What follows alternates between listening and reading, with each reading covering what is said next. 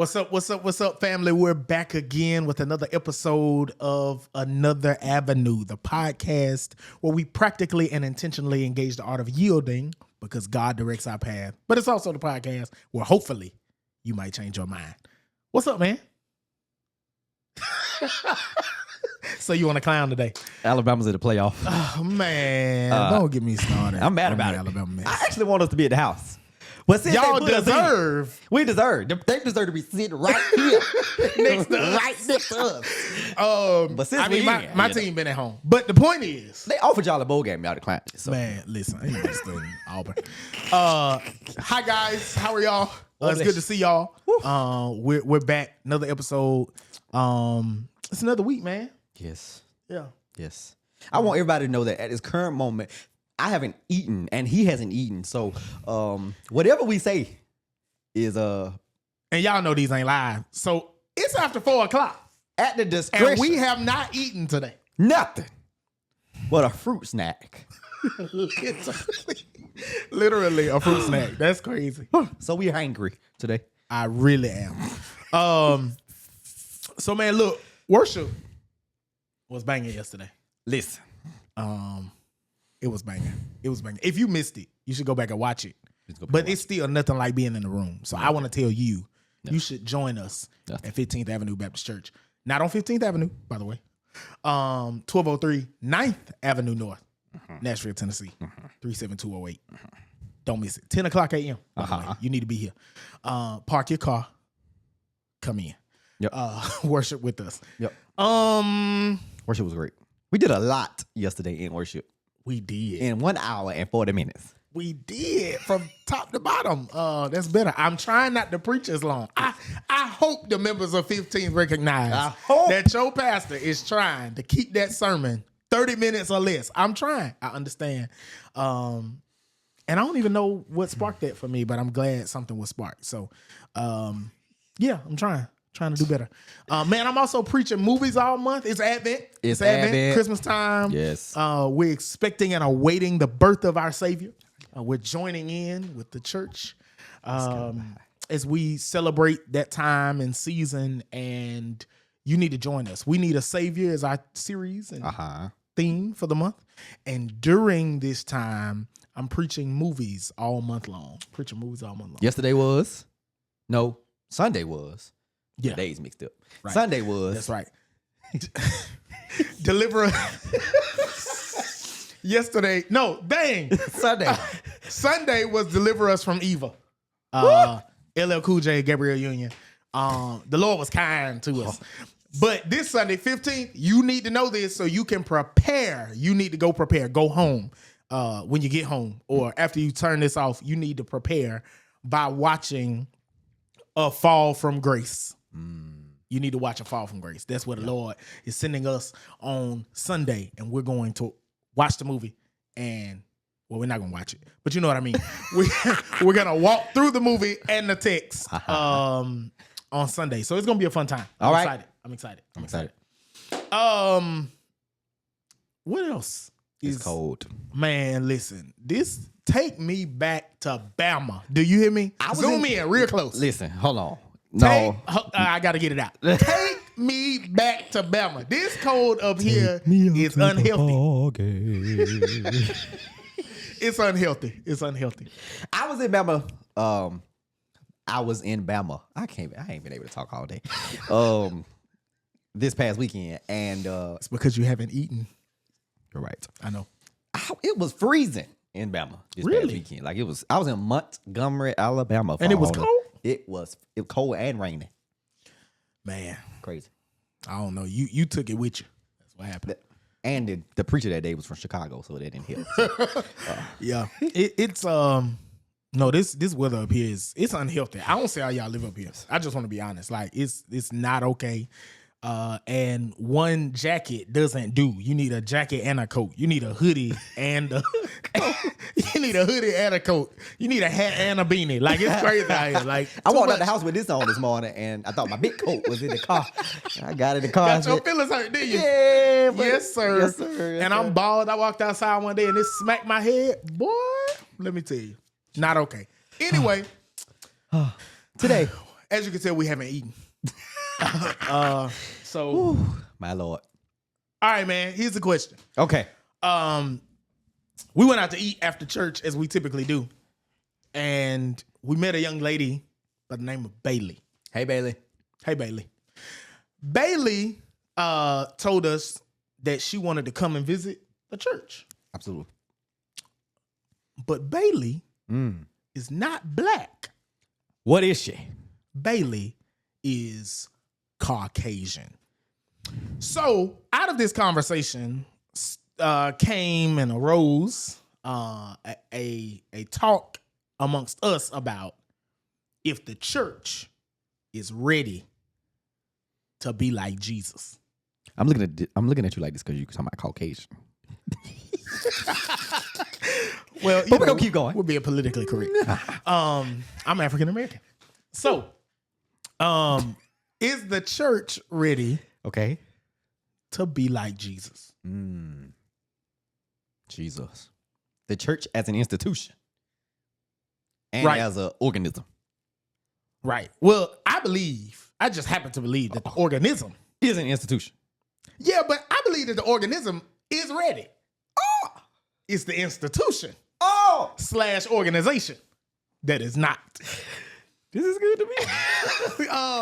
And I think we must be careful and fair enough Okay. to know the difference. Let's talk about it. That the organism, the body of Christ, The body of Christ. is ready.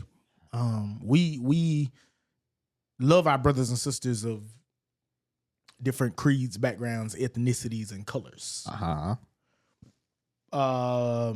But the organization and the institution is typically founded around or operates based on principles, codes, values, created cultures that are contradictory to the call of Christ.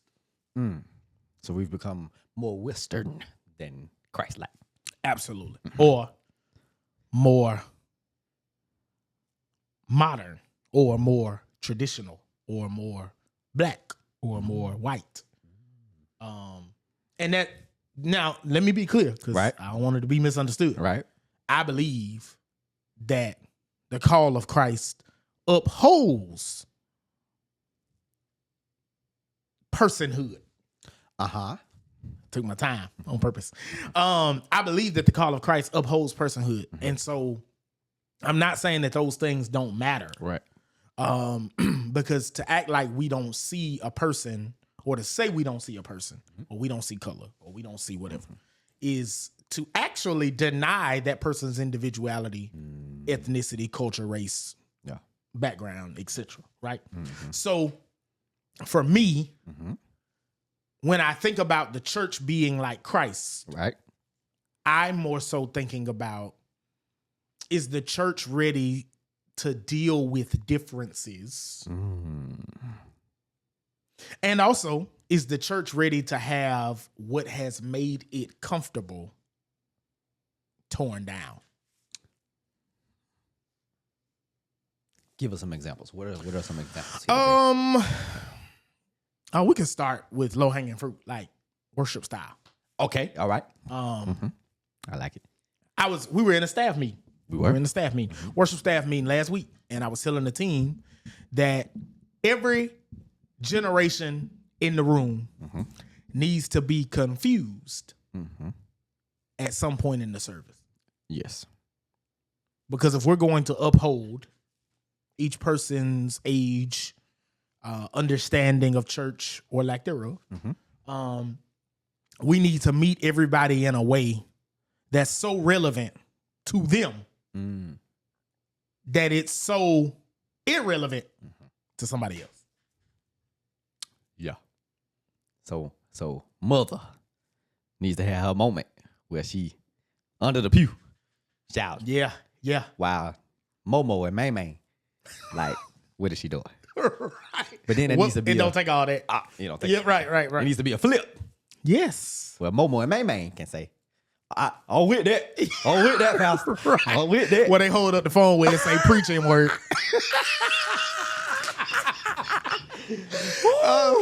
And mother wonders, what are they doing? This don't belong in church. Right. Right. That language is not appropriate. Uh-huh. But all of that, that's low hanging fruit. Low hanging. But then, like, are we willing to have in all of our production? Because we're wrestling with this right now, actually. We are. Are we willing to have our schedules, our plans, our routines interrupted for the cause of Christ? Are we willing? Are we willing? Some of us ain't willing to be interrupted for church. For Jesus, let alone church. But man, I think that part of what's going wrong, and I think the reason that a lot of especially our traditional churches, because 15th is a traditional church in the grand scheme of things, right? Yeah. Church in transition. Yeah. But I think I want to be a church that's relevant, but also takes church seriously, if that makes sense. And so this is why we're having to make some of the changes we talked about earlier. Like, worship was good, but it shouldn't take us an hour to get to the word. Right. Right. Or even I can preach to you, but not preach to you all day. Right. So like there's so many things that we just don't think about that are normal to us, but can also be contradictory to our mission or counterproductive to our mission. Right. So yeah, you got anything you think about, like, in ways that the church has to contemplate being like Jesus? We just, we're giving the whole month of November. Yes, Lord. And Stewardship month and SNAP, another kind of SNAP. Yeah. Strengthening neighborhoods around provision. Absolutely. That. And we were giving away food, cooked food, hot plates to the hood and the houseless. And there are certain institutions that are following the organism of church who want the people to have to apply and give them their revenue and give them how much you make and don't make, and do you get food stamps and all of that stuff, But or pull your giving record before you can receive anything. Record.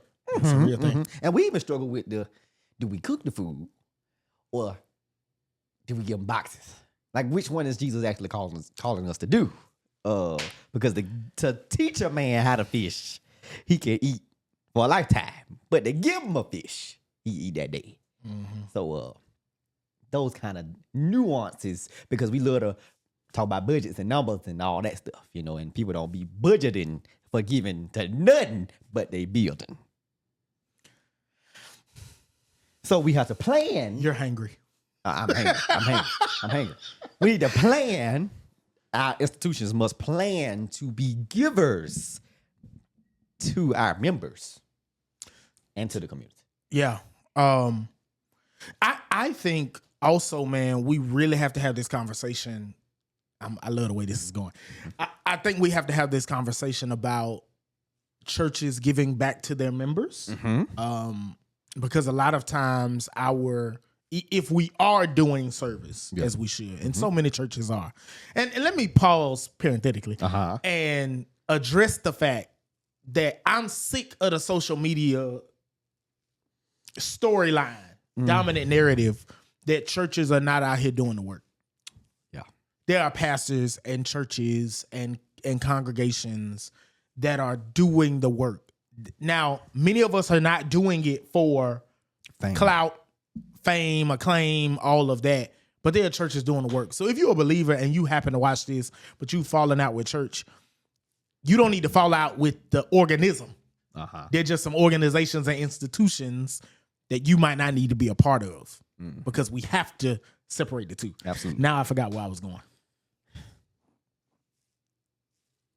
We're hungry. We're hungry. Oh, hold on. I think I got it. So when we talk about doing the work, yes, giving back to our members. Okay. That's it. I'm back. All right, so giving back to our members, because so many times our efforts can be good and godly and holy in the sense that there's holes in our giving because we overlook the people that the Lord has placed in our face. Jesus. Because there are members in our building attending worship every week, struggling to give, suffering. And this is interesting. Hold on, wait a minute. Woo! This is interesting because if the members, the people are giving, and we say that we, our organism, or our organization, institution, is good ground to sow in. Oh, that's good. And God gives back seed To the sower. to the sower. Yeah. They then become good ground to sow in. That's real good stewardship. Yeah, and I think that we don't always think about that. That God is giving seed to the sower. One of the major principles around budgeting that I'm pushing for here at 15 is the principle that the church, the organization, institution, is not to be a hypocrite. Yeah. Right? So one way in which a lot of times organizations, institutions can be hypocritical is that you're asking your people to do what the stewards who lead what is given won't do. So you're asking your people to tithe, but your institution isn't at least tithing. Yeah. At least. At least, key word. At least. At least. Your institution needs to be at least tithing. Jesus. Yeah, because if not, I see. I'm crazy. I ain't saying this theologically, biblically accurate, but just go with me for a minute. Okay, let's go. All right. You said that we fail to recognize that since God gives seed to the sower and the members give, this is real good. The members give, and we need to see that they're good ground to sow back into. But what if my members are good ground, but my church ain't? Jesus. Because we ain't talking about the organism. We're talking about the organization and the institution. Jesus. So what if the people, and here's why you need to pick church carefully, Go right? back and watch them episodes. Because there is one. Go back. This is why you need to pick your church carefully. Because it can't just be about the smoke machine and the stage lights and the blacked out walls. Right. Ashwagandha in the air freshener. Yeah, everybody in there getting some melatonin and worship. And so it can't just be about that. Right. Because what am I sowing into? Am I sowing into good ground? Am I sowing into what the Lord would be pleased with? Am I living in a way that is pleasing, but also am I sowing into a place, into a people, into a body, right? Where God will continue to pour into that. Because I see it as this sort of cyclical reality, right? Where if I'm seeking to be good ground, I need to be sowing into good ground. Yeah. And then that good ground can pour into me. Can yield. And that's not always money. That's not all, right? I mean, because so many people are giving their time, their talent, somebody's a crusader. Liberal collection. Right? All of that stuff. So it's something to think about, man. And I have a problem, going back to the whole idea of the church being like Jesus. I have a problem when it takes less red tape in church Jesus. to buy stuff than it does to do God's work. Is the church ready to be more like Jesus? We were told yesterday that there were some people calling the church asking about coming. And these people are part of a certain demographic that the organization institution church has not done the greatest job of attempting to work with. Receive. love. Love. Yeah. The LGBTQIA plus community. And if I missed a letter, please forgive me. I did not intend to. But I believe it's still LGBTQ Plus. IA plus. Yes. community. Yes. We received notice of that. So is the church ready? Is the organization institution ready Man. for what that looks like? Man. Because you got married people a part of that community calling, like, I don't want to feel weird when I come to your church. And even down, we don't have to go down this rabbit hole, but even down to restrooms. Like, You taking everybody too fast. I know, but What I say yesterday, stop, rewind. let's play. Like, if they're a part of that community and they come to your church, are there more than men and women restrooms? And I ain't saying you got to have a restroom for their community, but is there a family restroom? Like, these are things that we have to start thinking about. And we have to be honest. Because you cannot serve this present age and act like the present age doesn't exist. And please hear me. I'm from low down country, Alabama. He really Well, is we ain't from thinking about none of this. LA. You either one or the other. Ain't all these nothing. So don't even go down there where I'm from. Talking about no multicolor and all that bathroom. They ain't doing it. Yeah, that's true. They ain't doing it. It's true. But I don't want to defend that because it's that being like Jesus. Are we ready? So I just want to say my answer to the question. No. No, we ready. I was about to say. So that. Then we have to embrace what I've been calling the last few weeks. The ministry of inconvenience. Oh, yes, we do. So our November effort, for those who were not with us, our SNAP effort, strengthening neighborhoods around provision. Another kind of SNAP. We carried that out in the month of November. We fed people every week, blah, blah, blah. But I intentionally, and let me go on record as saying, I've already told the deacon, so we here now. I intentionally did it on purpose. I created a situation where one would have to choose. Yeah. Am I going to attend worship today, or am I going out to serve? But the truth is, I can't do both.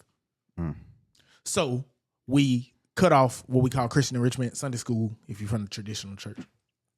And we prepped food, did all of that. And then at the time worship started, teams were dispatched to go out into the community, right? So there were some people who said, hey, I think there are ways that we can do this. I'm not against what we're doing. I'm for what we're doing, but can we do it in a way where I don't have to choose? And I'm like, no. And the reason I'm like, no, is not because I want to create that kind of inconvenience consistently, constantly, etc. The reason why I did it was because we have, if we're going to do the Lord's work and become conditioned to doing God's work, we have to do things in a way where we recognize that what Jesus calls us to do and who he calls us to be, brother, it's inconvenient. It's inconvenient. And so many people thought, and I'm not negating your level of inconvenience, so this ain't no inconvenient level war. But there were so many other things in our life after you made that announcement that we immediately saw the inconvenience of it, because there were people died, and it threw off the plans for what we had going on for other stuff. I mean, it was just a whole month of straight inconvenience. Yes, yes. That, you know, and you can plan a pretty picnic, but you can't predict the weather. No, you can't, Miss Jackson. Anyway, so the point is, in order for the church to be more like Jesus, we have to embrace the ministry of inconvenience. Yeah. Like, to serve is inconvenient. Man, let me tell you something. And we were in Alabama. No traffic. Right. Back in the day, right? I did not realize how inconvenient it was for my mama to go to work all day. My daddy worked second shift. Go to work all day. Get off from work, come home, wait for us to get off the bus. Or if we beat her, she got home. Made sure we had something to eat. Or went and let us eat out fast food so that we could get to the church. Now that I work all day, shout out to mama. Cause, bro, like, it is inconvenient. Inconvenient, yes. My Lord. It's inconvenient. And we were doing, and this wasn't just, now we so modern. Sunday and Wednesday. By the way, did you know that church is like some of the most unused real estate in the world? That's another conversation. But the point here is, back in my day, I sound so old. Back in my day, we were there 2, 3, 4 days of the work week. Right. Let alone Sunday. Because it was something that mattered. Something that mattered. And no matter what else could be done, they had been conditioned to embrace the ministry of inconvenience. And society had to deal with the fact that whatever we put out on these days, The church church folk ain't coming. ain't coming. They ain't watching it. If you put a TV show out, it had to be after a certain time. And if you really old, your TV might not have worked by the time. Right. Man, in band. I was in band in high school, and all 5 years, because I was there 8 through 12, all 5 years, Monday, Tuesday, Thursday were rehearsals, like late full rehearsals. Friday was the game. Wednesday, because that was church day. Wednesday practice was like an hour and 15 minutes, because he knew their mamas and daddies pulling up. Come get the Because midweek service matters. It matters. It matters. And then here I come talking about I'm a preacher playing football. And I said, hey, coach, I got to go teach Bible study for the young adults. And I could just see it over his face. Shout out to Coach Maurice Hurd. He was like, I love God. Like, I was born in the church. I love what you're doing, but we got a game. But society had to deal with. Had to deal with, man. Yeah. So I want you to think about that. Whether you're a pastor, you're a ministry leader, staff member, whether you're a member, visitor, you need to think about these things. Yeah. Where are our churches? Where is your church? As it pertains to being on the road of being more like Jesus. It's a real, and it's a painstaking process, right? Because we're constantly being pulled, King James would say, betwixt two paths or realities, right? So we're constantly being stretched in two different directions, and we ultimately have to make a decision. And I'll tell you that if you want to look at if your church or your organization, your institution is more like Jesus, becoming more like Jesus, one of the questions that you need to ask as you're doing your honest analyzation, can Jesus exist in this context? Because if he's not able to exist in any context, it's not more or not becoming more like Jesus. Facts. I say it another way. Let me say it the Bama way, because that was real educated and diplomatic. Would your church kill Jesus? God bless. See you next time.